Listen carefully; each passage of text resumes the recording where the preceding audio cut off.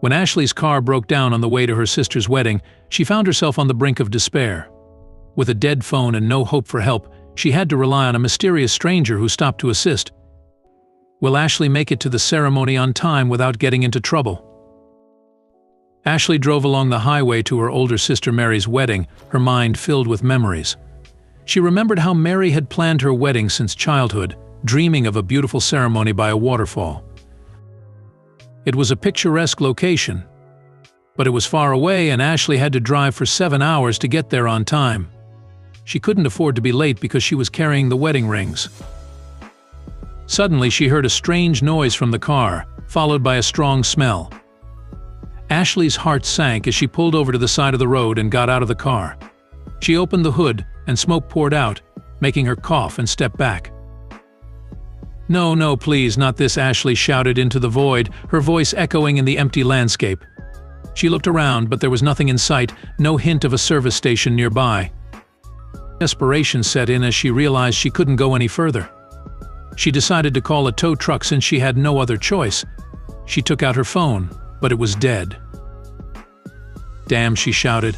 She had meant to charge it but kept putting it off for some reason. "What am I going to do?" Ashley groaned. She took all her necessary things out of the car and locked it, knowing she couldn't just leave them there. Realizing her only option was to hitchhike, Ashley put her things on the ground next to her and stuck out her thumb to catch a ride. Car after car sped by, ignoring her completely. Ashley, in despair, sat down next to her bags, tears of frustration welling up in her eyes. She didn't know how she would make it to the wedding. Just as she was losing hope, a large truck pulled up next to her, and the passenger door opened. A very suspicious-looking man, twice Ashley's size, peeked out.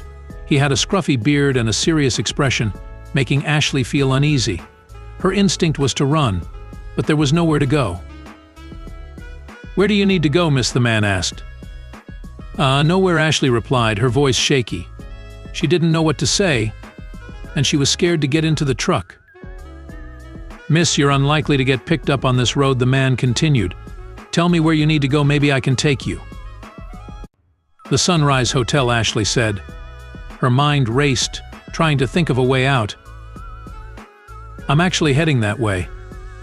"Get in," the man offered, gesturing to the empty seat beside him. "No, it's not necessary," Ashley said, trying to sound confident. But her fear was evident. "Don't be afraid." "I'm not a maniac," said the man. Ashley's mind flashed with doubt. "That's what maniacs say," she thought to herself. "So, are you getting in or not?" the man pressed, his patience wearing thin. Ashley hesitated, her heart pounding. She was scared to get into the truck with this stranger, but she couldn't afford to be late for the wedding. "Yes, I'm getting in," she finally said, her voice small. She took her things and put them in the truck, then climbed in herself, though it took her a couple of tries. "My name is Trevor," the man said, breaking the silence as he started driving. "Ashley," she introduced herself, trying to steady her nerves. They had been driving for about an hour, and Trevor hadn't said a word to Ashley. He only glanced at her from time to time, which made Ashley uneasy. The silence in the truck felt heavy. Ashley decided she needed to charge her phone.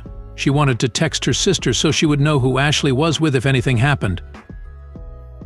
Ashley reached into her bag, searching for her phone charger, but her heart sank when she realized she had left it in the car. "Damn," Ashley said aloud, frustration evident in her voice. "What's wrong?" Trevor asked, glancing over at her. "My phone died, and I left the charger in the car," Ashley explained, feeling a wave of anxiety wash over her. "There should be one in the glove compartment. You can use it," Trevor offered, his eyes back on the road. "Thank you," Ashley replied, grateful for the help. She reached over and opened the glove compartment. Her eyes widened as she saw a large knife with what looked like bloodstains on it. She froze, staring at the knife. Trevor noticed her reaction. "Oh, I forgot it was there. It's my hobby. I collect knives and bring one back from every trip," he said, his tone casual. "Aha," was all Ashley could manage to say. She quickly grabbed the charger, careful not to touch the knife, and closed the glove compartment. She plugged in her phone, silently praying for it to charge quickly. "What do you transport?" Ashley asked, trying to keep her voice steady. "I'm afraid if I tell you, we'll have to part ways immediately," Trevor replied, a hint of mystery in his voice. Ashley swallowed hard. Things seemed to be getting worse. "Is this your first time hitchhiking?" Trevor asked, breaking the silence again. Ashley just nodded, feeling more uneasy with each passing moment. "You know, I met my ex-wife this way," Trevor said, as if trying to lighten the mood. "It must have been some meeting if she's your ex," Ashley said, trying to sound nonchalant. "No, it was a wonderful relationship. She gave me a beautiful son," Trevor said, a softness entering his voice. "Why did you break up?" then Ashley asked, curious despite her fear. "We didn't. She died," Trevor said, his voice growing somber. "Oh, what happened?" "I don't want to talk about it." "Why don't you tell me where you're going?" Trevor suggested. "To my sister's wedding," Ashley said. "Does she know your car broke down?" Trevor asked, glancing at her briefly.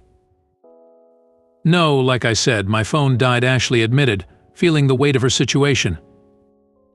"So she won't be able to find you?" Trevor asked, his question sending a chill down Ashley's spine.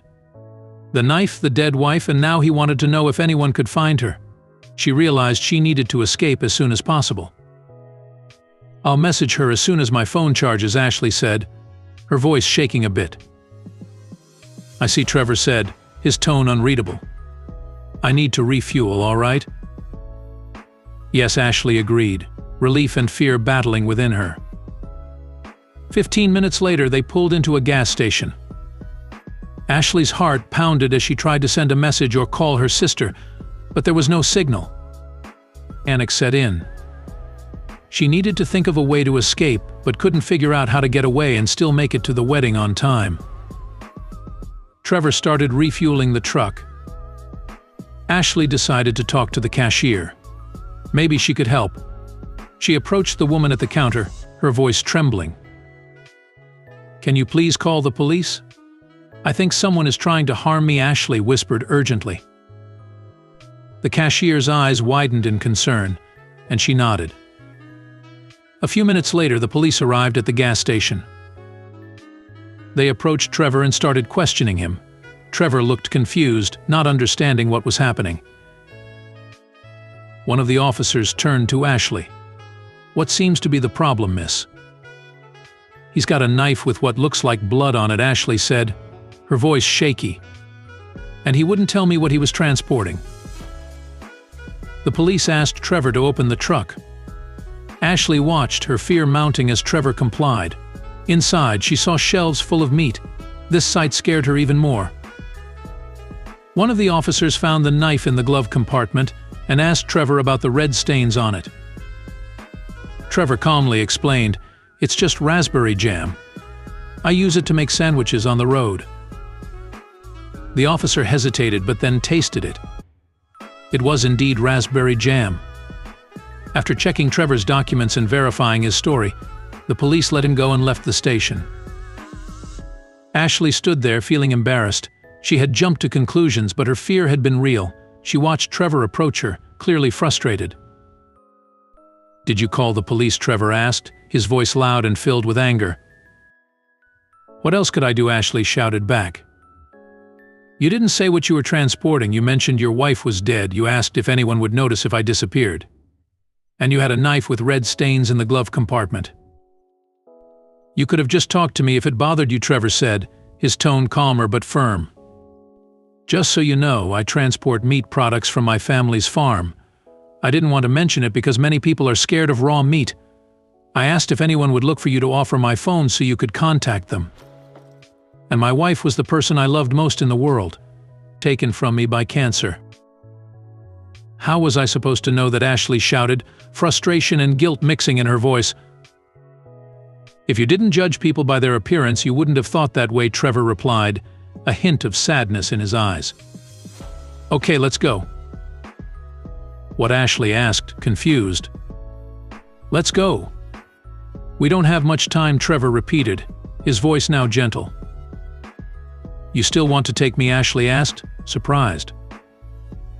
"Of course I'm not the person you think I am," Trevor said, looking at her with understanding.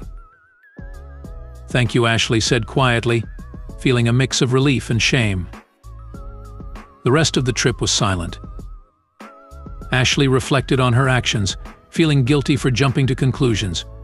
Trevor focused on the road, his face a mask of calm.